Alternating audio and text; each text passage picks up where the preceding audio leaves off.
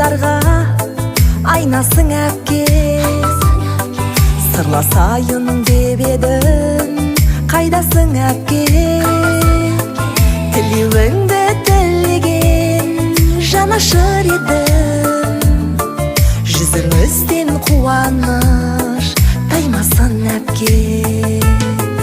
Іздегенде сіңілім мен қасымдамын, әпкеңе айт сырыңды кел жасырмағын, арасына